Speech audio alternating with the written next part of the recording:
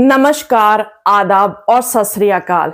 मैं doctor Amarpreet Kaur JKSCRT के school leadership academy में एज ए एसोसिएट कोऑर्डिनेटर हूं और आज मैं बात करूंगी good governance and school leadership. तो जो मेरा टॉपिक है ये 3 पार्ट्स में रहेगा: good governance, leading school administration and leading partnership with stakeholders. आइए जानते हैं गुड गवर्नेंस इन स्कूल्स क्या होती है। Basically, it is effective and ethical management of educational institutions to ensure the delivery of quality education, well-being of students and staff, and most important, accountability of school administrators. इसके कुछ principles रहेंगे। सबसे पहले transparency. जितनी भी information school की है regarding finance, regarding teaching learning process के डिसीजंस या किसी और डिसीजन के बारे में, तो उनका एक्सेस सारे स्टेक होल्डर्स के पास रहना चाहिए। जाहिर सी बात है, जब इंफॉर्मेशन का एक्सेस सारे स्टेक होल्डर्स के पास होगा तो सारे ही स्टेक होल्डर्स अकाउंटेबल रहेंगे और हर एक की स्कूल में एक रिस्पॉन्सिबिलिटी रहेगी। अगर हम चाहते हैं कि हम अपने स्कूल्स में गुड गवर्नेंस लेके आए तो बहुत जरूरी है कि हमें अपने स्कूल्स को ऑटोनॉमस बनाना पड़ेगा ताकि वो अपने डिसीजंस खुद ले पाएं। फेयरनेस, ऐसे स्कूल्स जहां पे गुड गवर्नेंस होनी चाहिए वहां पे सभी के साथ अच्छा और एक जैसा व्यवहार होना चाहिए बिना किसी डिस्क्रिमिनेशन के, खासकर on the basis of religion, caste, colour, creed और जेंडर। पार्टिसिपेशन भी बिना किसी डिस्क्रिमिनेशन के होनी चाहिए किसी भी फैसले के लिए, चाहे वो टीचिंग लर्निंग के बारे में हो या किसी और चीज के बारे में हो। तो ये बहुत जरूरी है कि सभी की पार्टिसिपेशन होनी चाहिए और खासकर हमारी यूटी में फीमेल्स की पार्टिसिपेशन कम रह रही है, तो इसलिए फीमेल्स की भी उतनी पार्टिसिपेशन होनी चाहिए जितनी मेल्स की। ये जितने भी प्रिंसिपल्स हैं, transparency, accountability, responsibility, autonomy, fairness and participation, they are responsible for principles decision making process. अब हम बात करेंगे governance to good governance in education. ये पैराडाइम शिफ्ट कब हुआ? हमारे देश भारत में डिसेंट्रलाइजेशन ऑफ एजुकेशन का जो कॉन्सेप्ट है वो 73rd कॉन्स्टिट्यूशनल अमेंडमेंट में हुआ।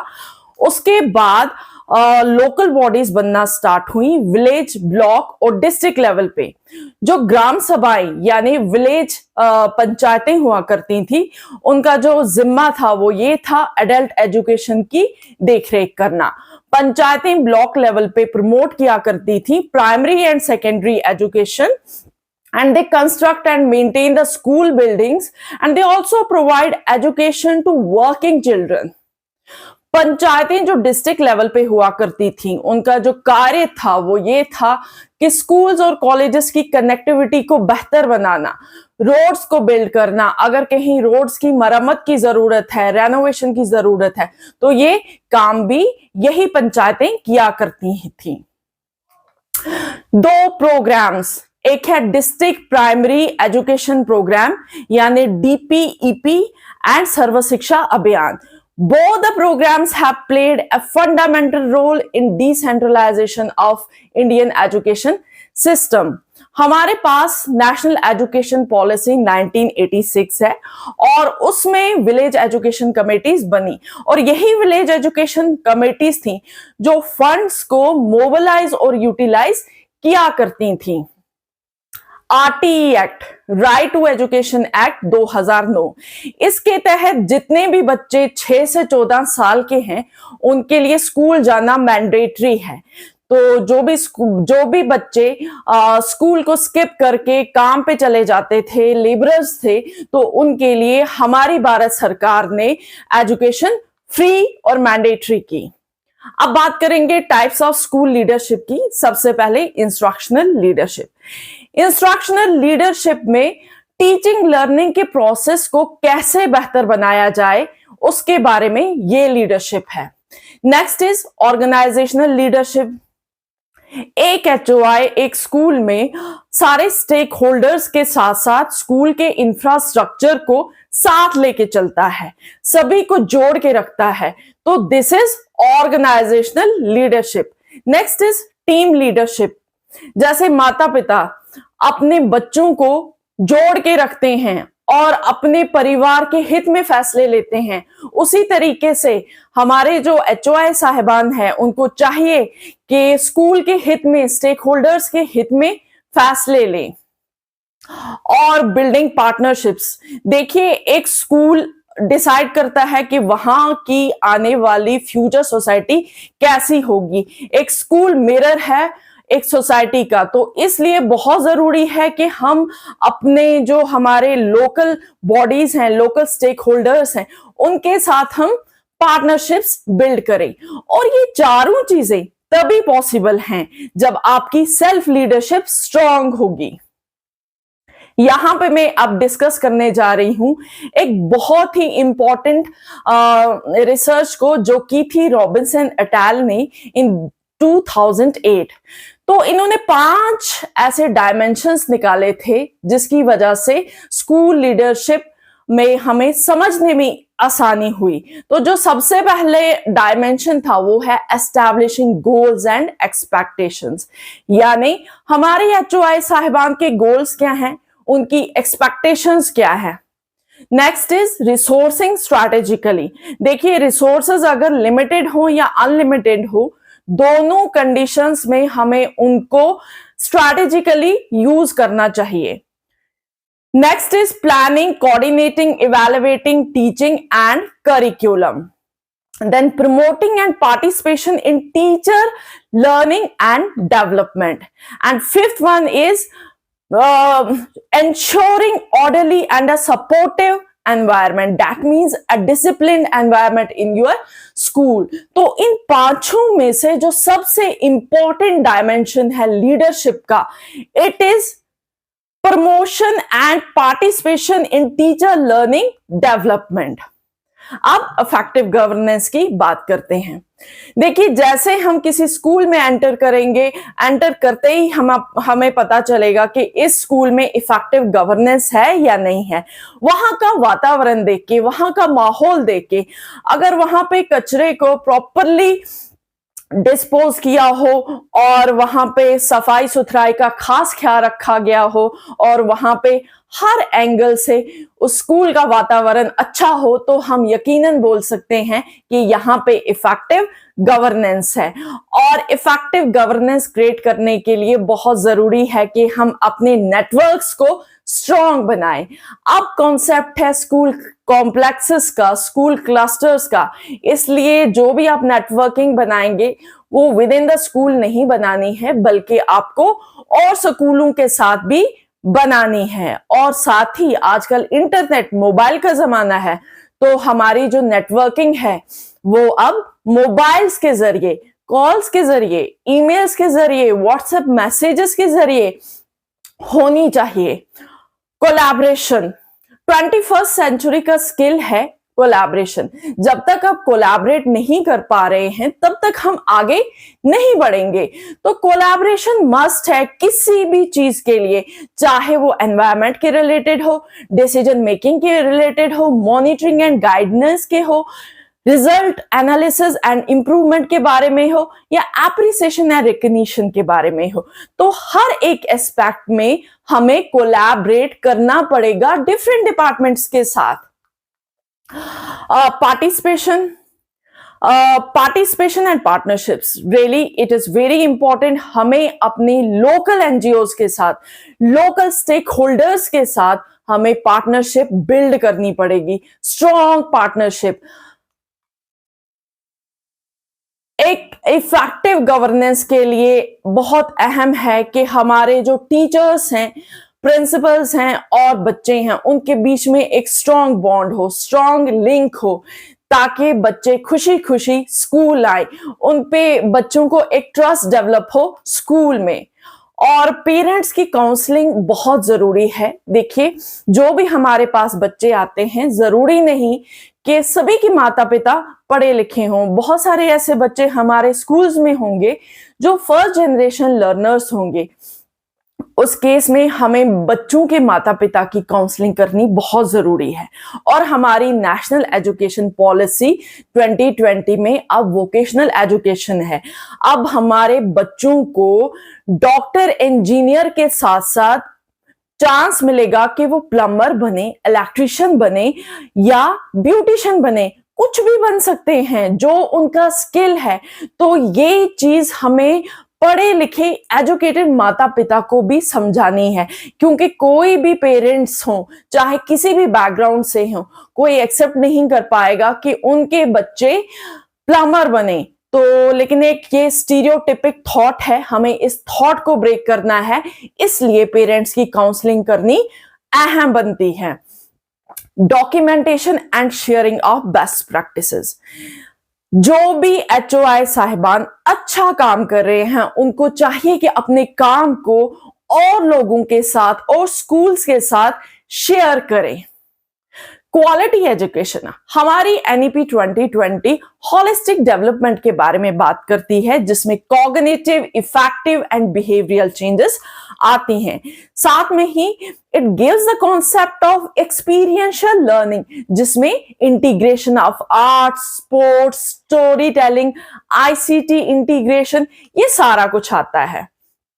अब school complexes they are a viable solution. NEP 2020 recommend करती है कि बाय द ईयर 2025 हमारी सारी स्टेट्स और यूटीज में स्कूल कॉम्प्लेक्सेस बन के तैयार हो जाएंगे। एक बार स्कूल कॉम्प्लेक्सेस बन जाएंगे, हमारे पास फिर एडुकेट नंबर ऑफ काउंसलर्स होंगे, हर सब्जेक्ट के हमारे पास टीचर्स होंगे, चाहे वो आर्ट्स के हों, चाहे वो लैंग्वेज के हों, चाहे वो वोकेशनल ट्रेनर्स हो, चाहे वो म्यूजिक के हों। और साथ ही स्कूल कॉम्प्लेक्सेस के अंदर सारी फैसिलिटीज होंगी, चाहे वो लाइब्रेरी हो गई, चाहे वो स्कूल लेबोरेटरी होगी, चाहे वो कंप्यूटर लेबोरेटरी होगी, चाहे स्किल लेबोरेटरीज होगी, प्लेग्राउंड्स हो गए या स्पोर्ट्स इक्विपमेंट हो गए।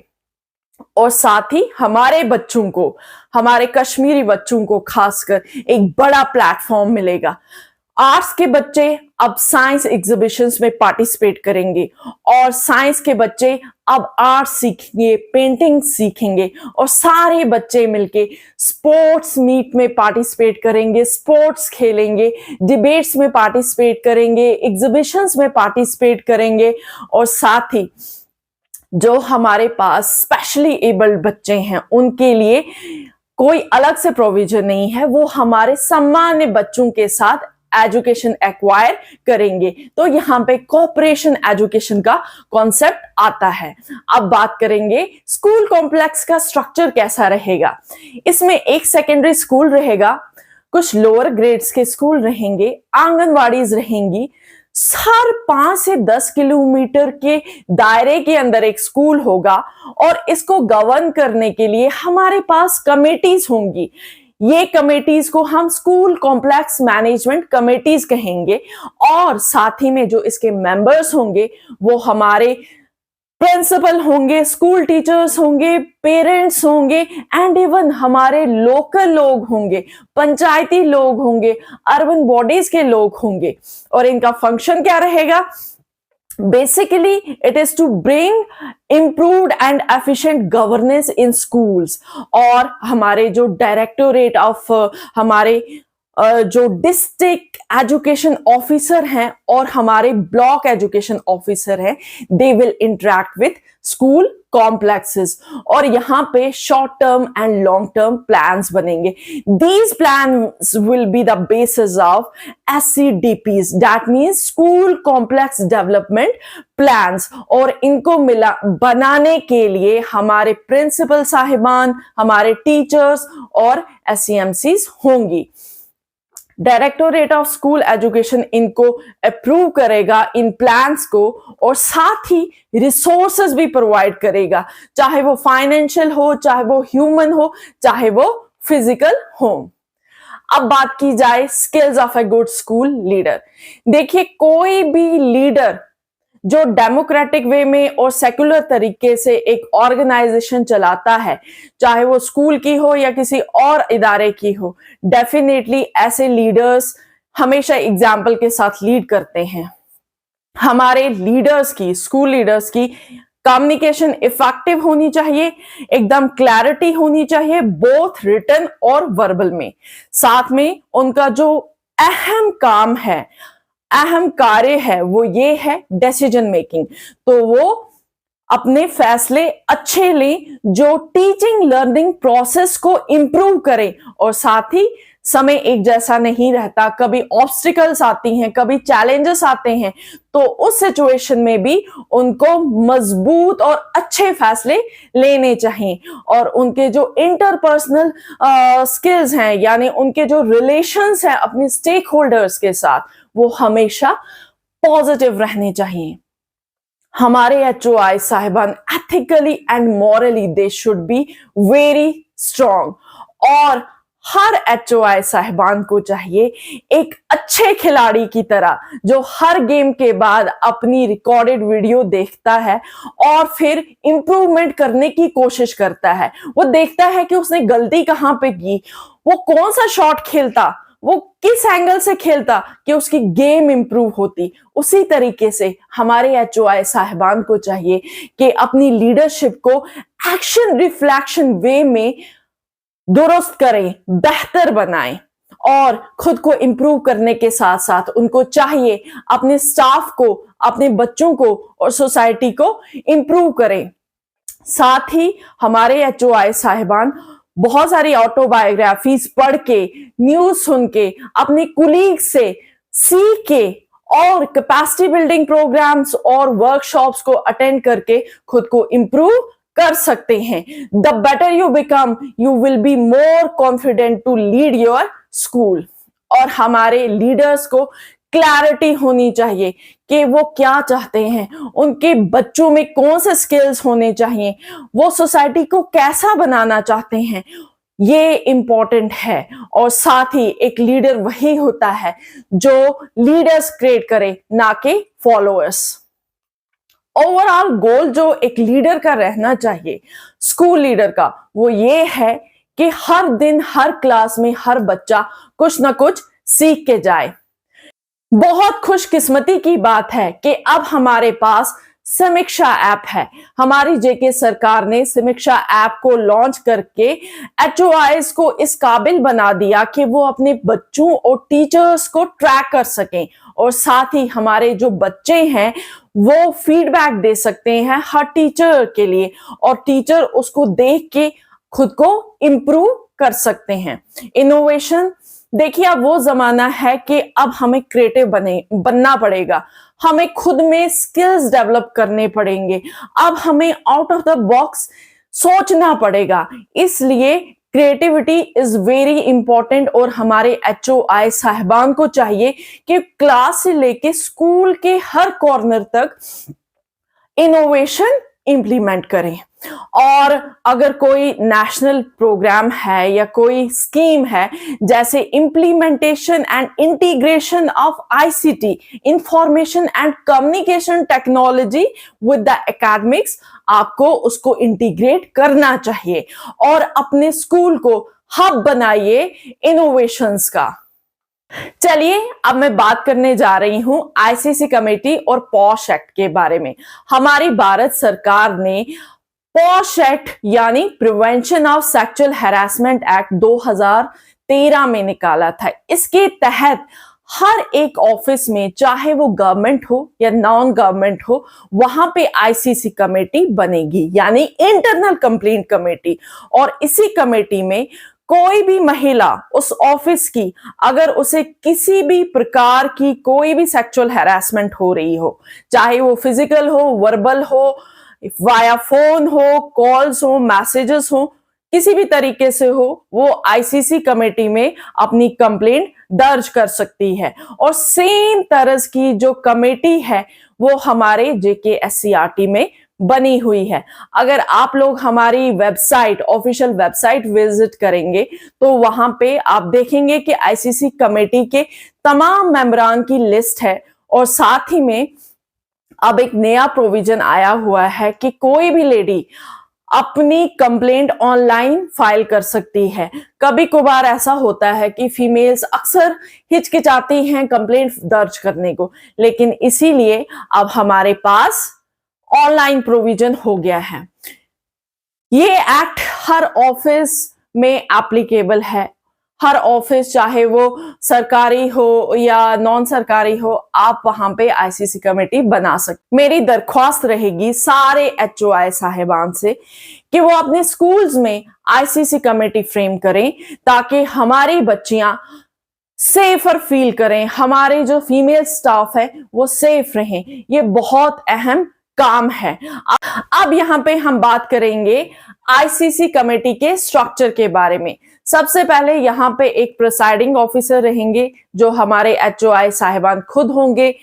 2 टीचर्स होंगे, आपके इंटरनल स्कूल के टीचर्स जो अच्छे हों, काबिल हों और कल को ऐसी सिचुएशन आती है तो वो अपने डिसीजंस अनबायस्ड होके दें। और साथ ही 2 एक्सटर्नल मेंबर्स होने चाहिए। इसमें कोई कंडीशन नहीं है, लेकिन बेहतर यही रहेगा कि आप उन लोगों को चूज कीजिए जो इसी लॉ से डील करते हो, ताकि कल को ऐसी सिचुएशन आती है तो वो अपनी एक्सपर्टीज से आपको अच्छा और बेहतर डिसीजन दे पाए।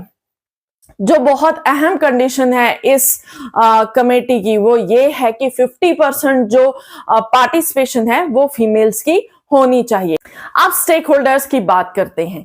एक स्कूल में parents, guardians, teachers, staff, students, local communities और गवर्नमेंट ऑर्गेनाइजेशन रहेंगी, लेकिन हमेशा जो हमारा बच्चा है वो फोकस में रहेगा, सेंटर ऑफ फोकस रहेगा।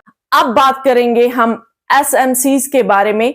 देखिए, basically we are dissatisfied with the central approach of education, इसलिए अब हम मूव कर रहे हैं towards the decentralisation of education with the aim to improve the efficiency, access, equity and quality of education. इसके 2 अहम फीचर रहेंगे। एक है to strengthen the governance and to make the leadership stronger. और हर सेकेंडरी स्कूल में एक SEMC होगी। अल्टीमेट एम जो है इस कमेटी का वो है wide participation of stakeholders, और एटलीस्ट 3 महीनों में एक बारी इनकी मीटिंग होनी चाहिए। और कमेटी के सामने जितने भी रेलेवेंट रिकॉर्ड्स हैं फाइनेंस के, चाहे वो रेकरिंग हो या नॉन रेकरिंग हो, वो शेयर होने चाहिए। और सेम रिकॉर्ड आप अपने लोकल पंचायती मेंबर्स के साथ भी शेयर करेंगे। अब इसका स्ट्रक्चर देखेंगे। एक प्रिंसिपल रहेंगे, सीनियर टीचर रहेंगे, कुछ टीचर होंगे सोशल साइंस, साइंस, मैथमेटिक्स के, एक मेल गार्डियन होंगे, एक फीमेल गार्डियन होंगे, 2 पंचायती मेंबर होंगे, एक रिप्रेजेंटेटिव होंगी ST SC कैटेगरी के, एक एजुकेशनली बैकवर्ड कास्ट के होंगे, एक महिला दल की होंगी, एक विलेज एजुकेशन डेवलपमेंट कमेटी के होंगे, 3 मेंबर होंगे फ्रॉम साइंस, आर्ट्स और कल्चरल बैकग्राउंड के, एक ऑफिसर होंगे जो नॉमिनेटेड हुए होंगे बाय CEO, और एक रिप्रेजेंटेटिव होंगे बाय फाइनेंस एंड अकाउंट्स। कुछ हमारे को-ऑप्टेड मेंबर्स रहेंगे जैसे special educators, vocational trainers and district resource groups. इसकी 2 सब कमेटीज रहेंगी, एक school building committee and academic committee. School building committee school का इंफ्रास्ट्रक्चर देखेगी, अगर कहीं पे रिक्वायरमेंट है तो वो बिल्ड करेंगे नया स्ट्रक्चर, और कहीं पे अगर रेनोवेशन की जरूरत है तो वो रेनोवेट करेंगे। और जो दूसरी कमेटी है इट इज एकेडमिक कमेटी, ये स्कूल के एकेडमिक्स की देखरेख करेगी, यानी उसको बेहतर बनाएगी, टीचिंग लर्निंग के प्रोसेस को बेहतर करने के लिए सारे इकदामात उठाएं। और ये था आज हमारा सेशन। आई होप आप लोगों को अच्छा लगा होगा। थैंक यू, धन्यवाद, जय भारत।